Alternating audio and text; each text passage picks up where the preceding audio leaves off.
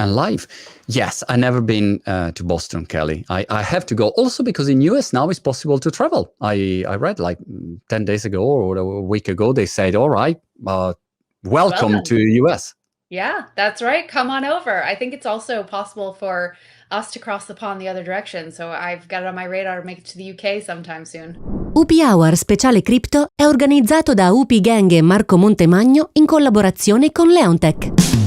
Con una diversificata gamma di oltre 800 certificati quotati in Italia, Leontech offre soluzioni di investimento adatte ad ogni risparmiatore. Visita il sito certificati.leontech.com, esplora un universo di prodotti e seleziona quelli più adatti alle tue esigenze. Leontech, tecnologia ed innovazione al servizio del tuo portafoglio.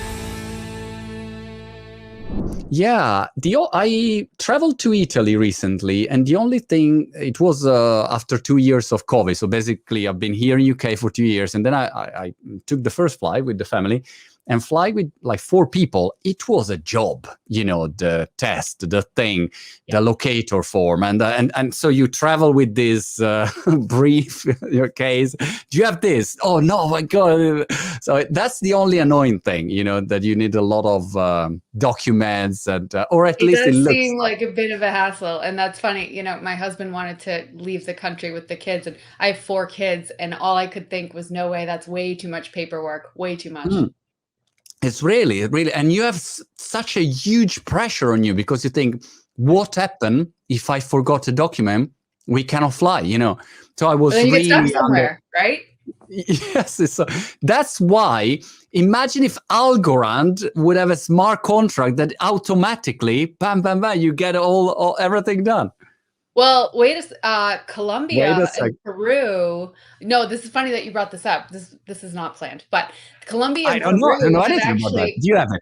Yeah. the Colombia and Peru have put their Vital Pass. It's a group down there. It's a couple of technology companies, healthcare companies have all come together.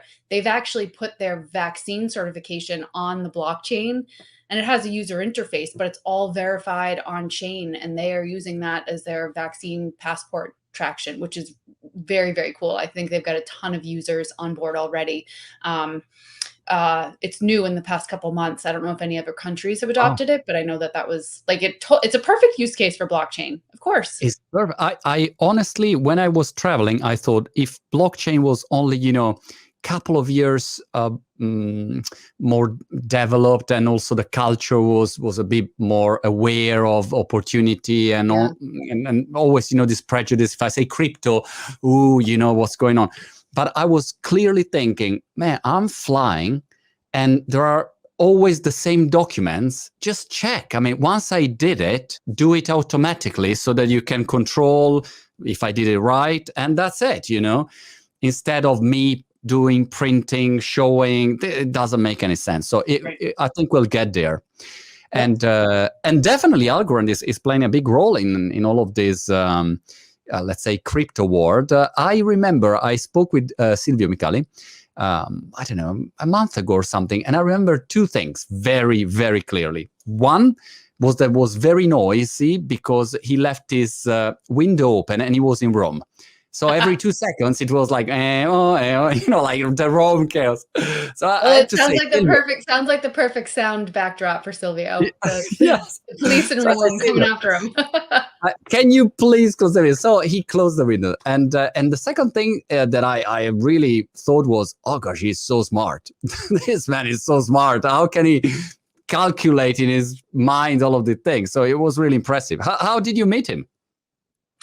I first met Silvio 3.5 years ago now, and he was, I remember back in the early days, I remember Silvio, one of my first Silvio memories was when I had first started working with the team that had built the tech behind Algorand. I went over and we took a camera crew and we went over to his office in MIT, and he was walking through his childhood growing up in Italy, and like how he became really enthralled with math and the beauty that it can create and what makes it possible, and how he arrived at, we were talking about Boston. He has this brilliant story about how he crossed the bridge over to MIT through the snow and the rain and walked into the science building at one of the big science buildings at MIT. And it was just everyone carrying tubes and bubbling things and dry ice, and he talks about that just being like a really cool moment. And you can if you ever walked around the MIT campus, you can kind of like envision that. I always think about that story. And so he's always had this like great vision, right? He's a brilliant person, obviously. And it's a real honor to be able to interact and engage with him. I'm sure you got that. You chatted with him recently. Yeah, I mean, it's amazing how some people have a different level of brain. And I remember we were chatting, and then he said, "Look, I give you this very, very, very easy example. If you take, 12 and multiply times factor of 35, and then you get that." And I say, "No, I don't. I lost that. And I don't really understand how can you do this in your mind." But anyway, it's really interesting, and Algorand is a very interesting project. First of all, help me and help us to understand what's this situation with all of these blockchains, because people say, "Oh, there is Ethereum, there is Algorand, there is Solana, there are so many," and I think a lot of time users don't understand what's the difference. It will be like Highlander, only one will be left. There will be thousands. I don't know. Help us to understand the situation. Well, I mean, everyone's got their own take on this, right? I think, from my perspective here at Algorand, the past few years, you talk about when did I first meet Silvio? One of the first things, I was handed Silvio's 72, this was 3.5+ years ago, handed Silvio Micali's 72-page white paper, which is basically 72 pages of math and economics. Now, I don't have a PhD in math and economics. I was the dumbest person working here, right? Like I've got my MBA, but all these multiple PhDs in economics, computer science, math, cryptography.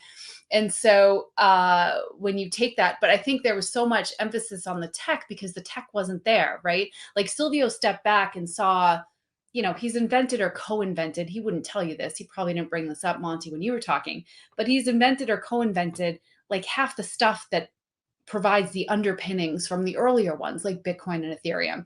And so what happened was he saw those early instances coming out. It's like, that's brilliant. That's absolutely brilliant, but they're inherently flawed, right? And he had, years ago, talked about the trilemma. You got to be able to be scalable so that the whole world can use it. It's got to be truly decentralized so that it's actually decentralized tech. And I think generally people are starting to understand the significance of decentralization more and more these days. And then just the speed and security of it, right? And so, the throughput. So he stepped back, redesigned this whole thing. And I think a lot of others did too. And there's other proof of stakes, and there's a lot of blockchains that are super fast, right? Better, faster, cheaper. And so I think what you're seeing is, there's a lot of amazing tech out there, but now it's the tech. So it's the better, faster, cheaper tech, but it's also the stability of the tech. Does it fall over? Can it handle like real, true, can that like, really scale and work for the whole wide world? And if everything's going to be on it, it has to really work and really be decentralized and always up and running.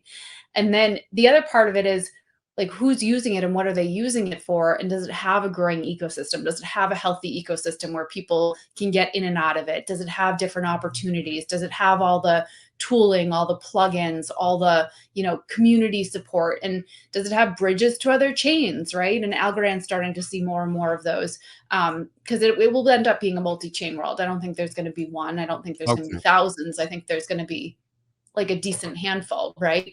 And they'll start to interoperate with each other a little bit more. But, I think it's the tech, it's the community around it, it's who's using it, it's what's being done on it.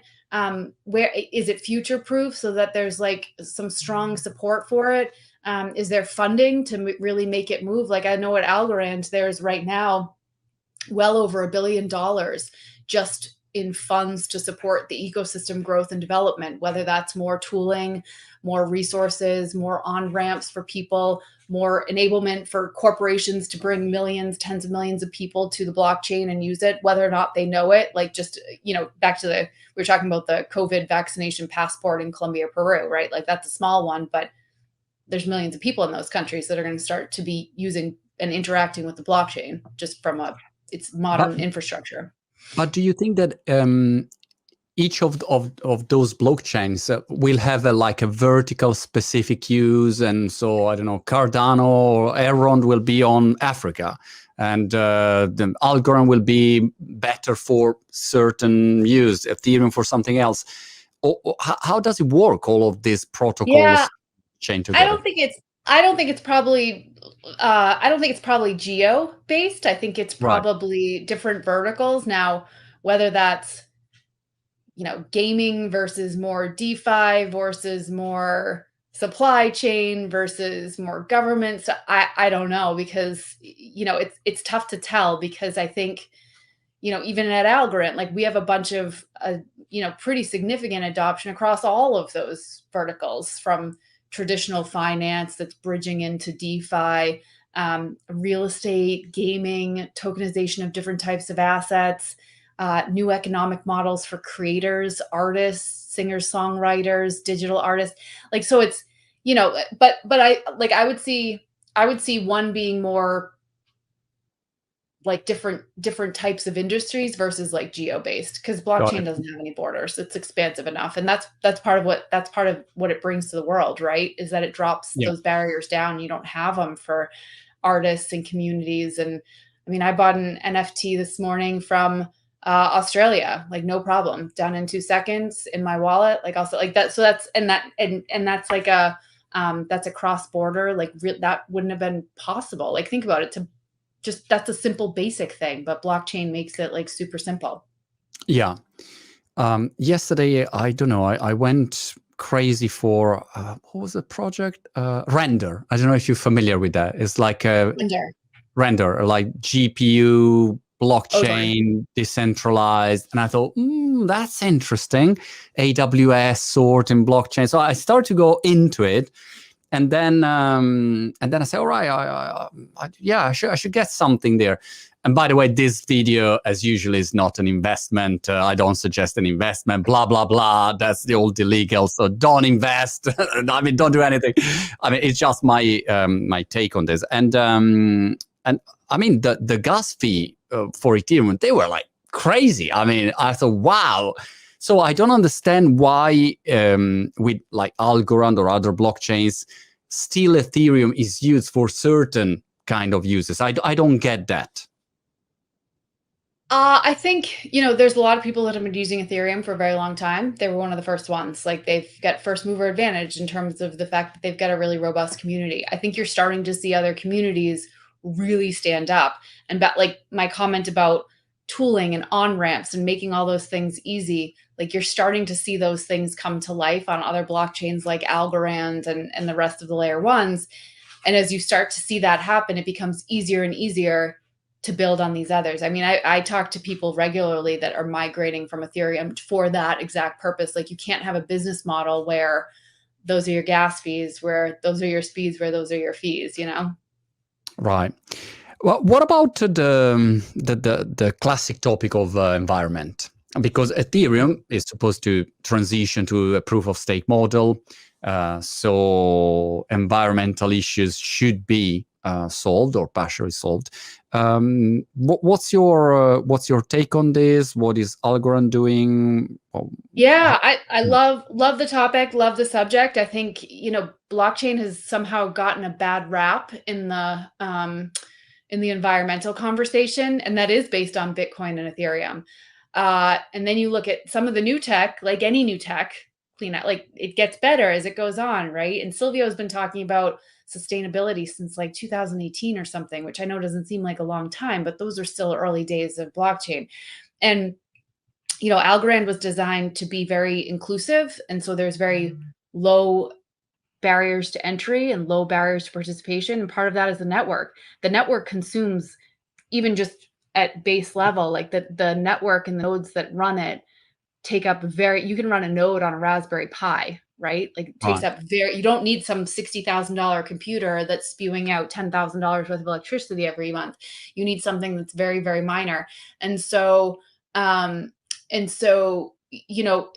the footprint of Algorand is very minimal. In addition to that, the network is actually offset so that Algorand as a network is carbon negative, so that all those nodes that are running, there's a count, the relay nodes, the regular nodes, there's a count, and all of those nodes are offset on chain with a company out of Italy, actually, called Climate Trade, who has put carbon credit trading on blockchain.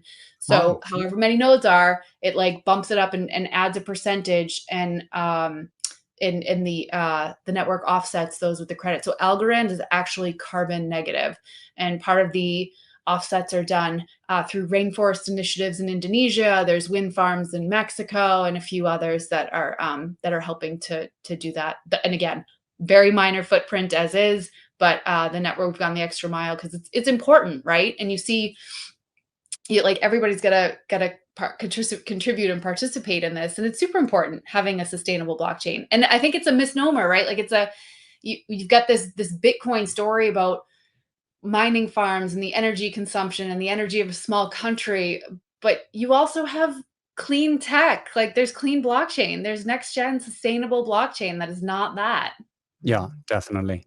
Also, I think the other thing is that, I mean, if I think about the miners, it depends if they're using renewables and they are, certified. I mean, great. It depends how you do it. So It depends how you I do it, for sure. yeah, But but some of those, you got to plant a lot of trees to offset all that, or yeah. it's a lot of solar power. And like, can that be tracked? And how is that done? Versus you've got some very transparent stuff that's out there right now, which I think is really compelling. And it's not just Algorand. There's a lot of other people. I think Algorand was probably very early in being. I don't think anyone's disproven me on this. I think Algorand, if not the first, one of the very first that made that move into being carbon negative, carbon neutral, and we've gone above and beyond there.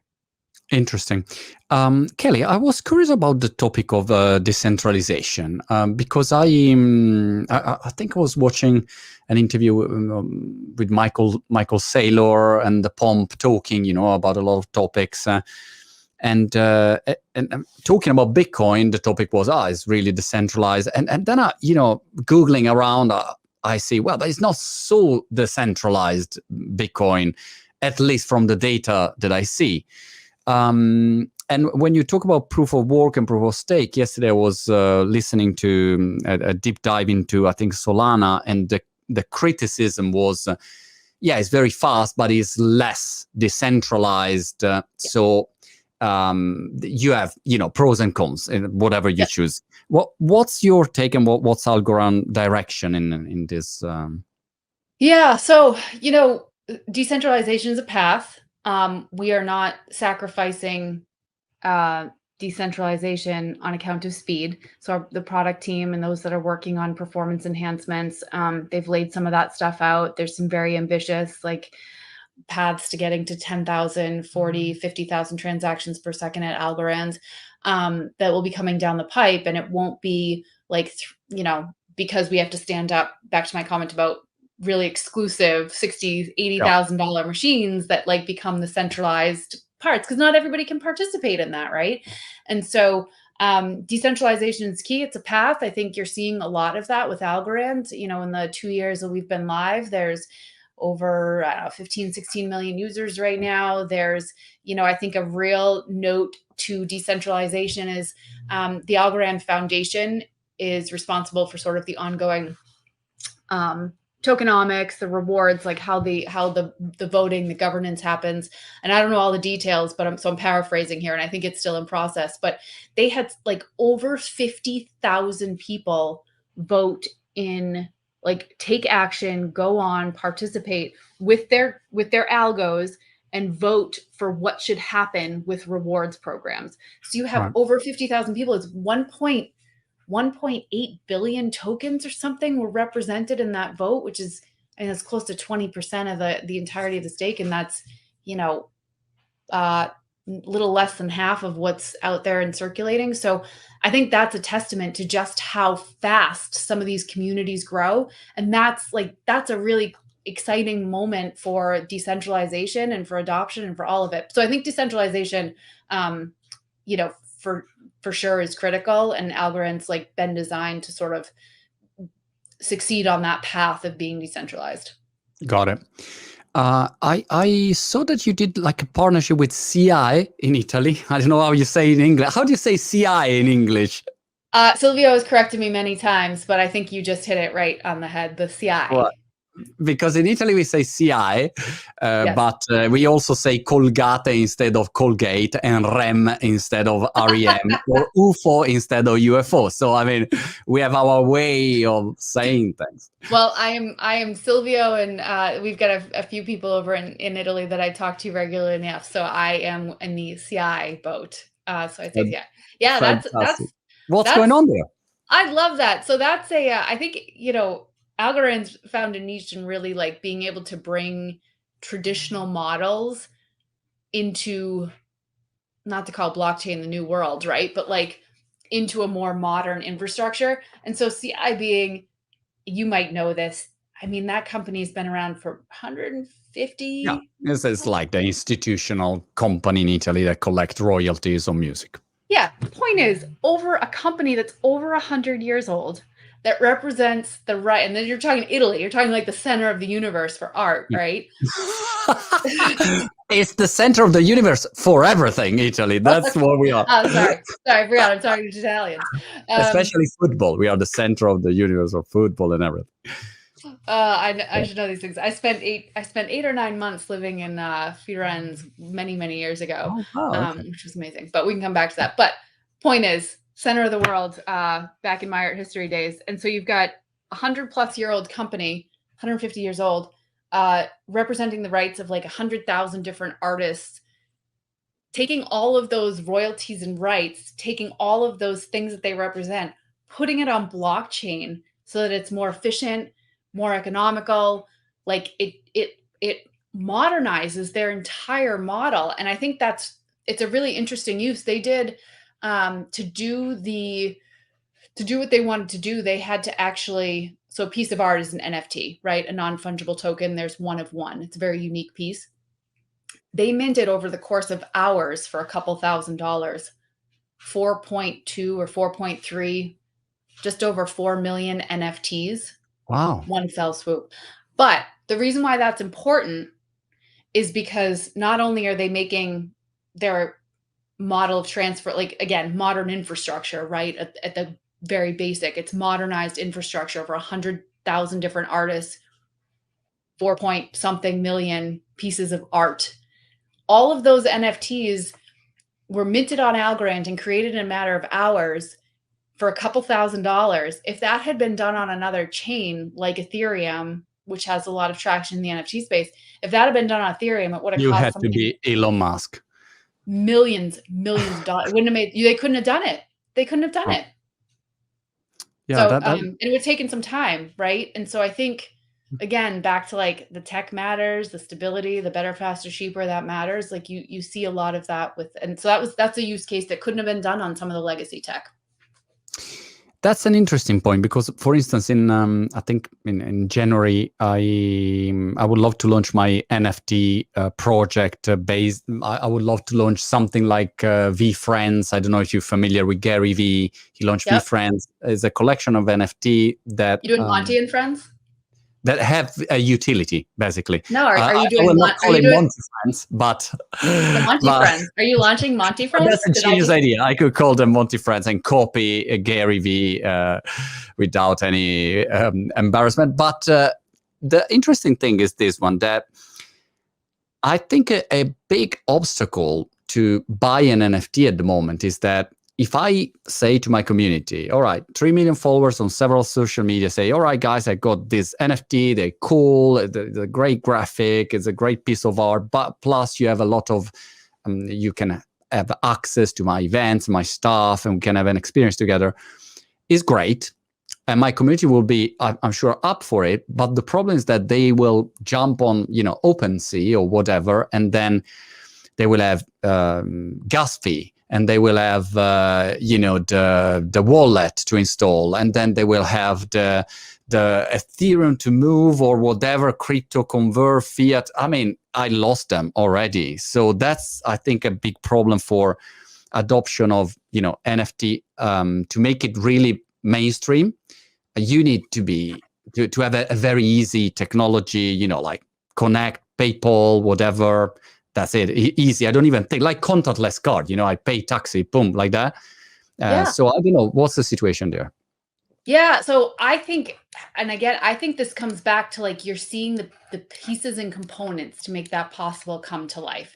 And I got to hook you up with the guys over at Dept, which is a digital agency. I think they're actually out of the UK, but they a couple weeks ago, you know, and NFT stuff.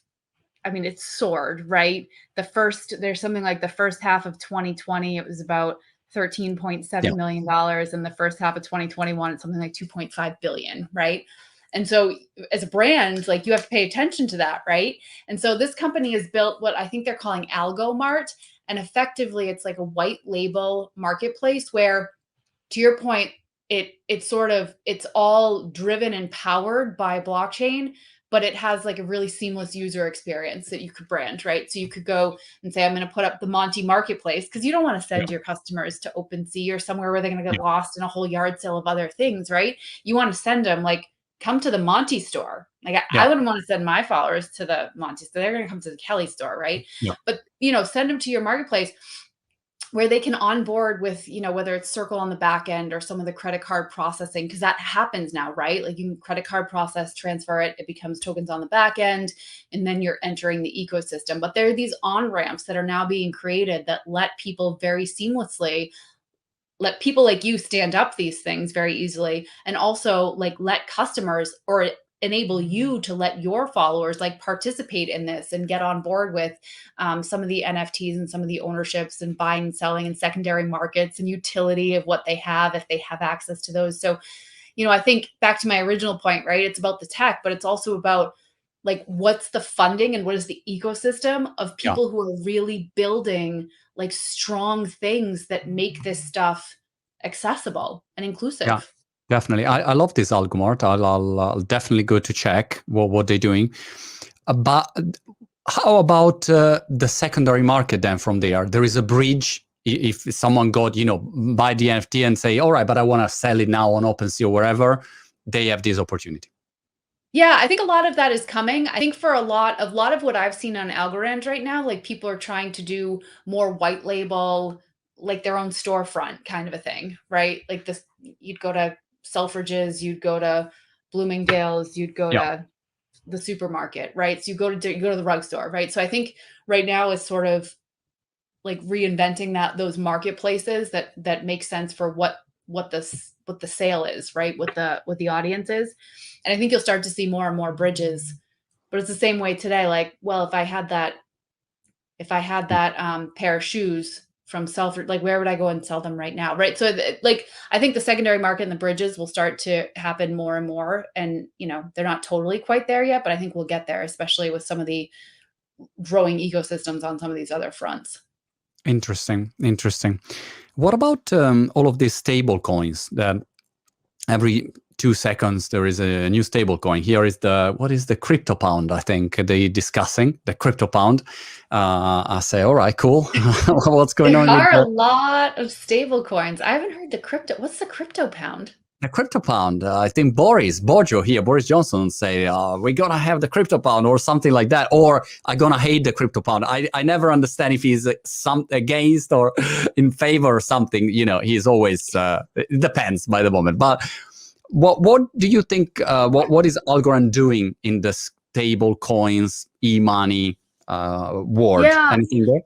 Yeah, I think, there's over a dozen stable coins that are on Algorand right now, everything from, the bigger ones like USDC, USDT, but then also, some that are a little more, in Europe, Archax or Monerium is licensed e-money. They have this Icelandic krona, and there's a couple through that they've got regulatory approval on. And so I think the stable coins, like, I think Algorand sees a lot of traction just because I could send you $1 in USDC coin for like, I don't know, less than a tenth of a penny or something like that. And that's pretty good within 2 to 4 seconds.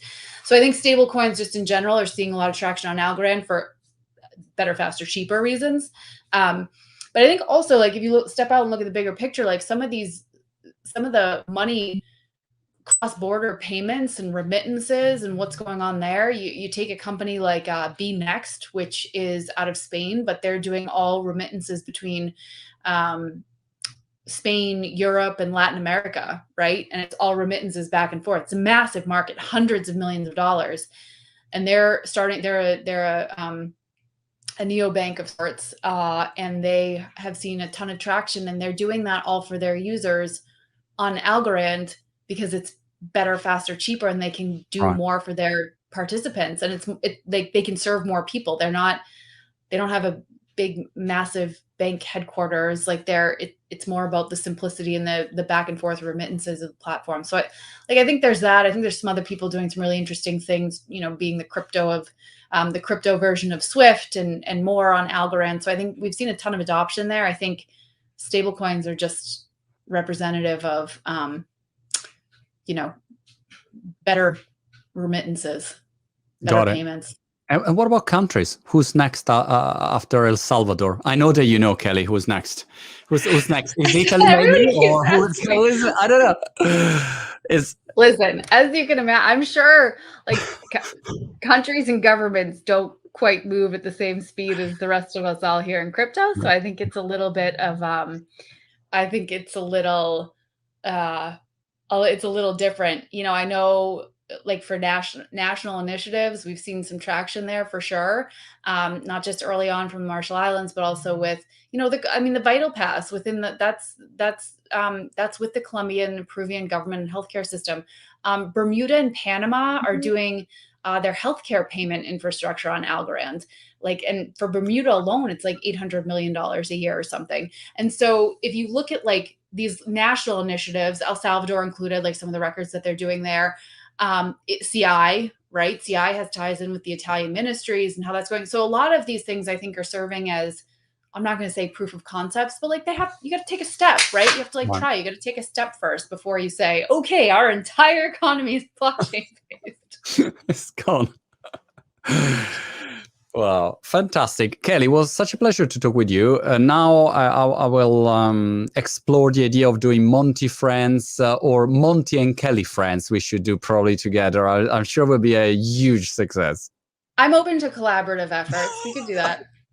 I'll have my people call your people. Yes, that's going to be my next step. Kelly, thank you so much, and hope to see you soon. Thanks, Monty. Thanks for having me.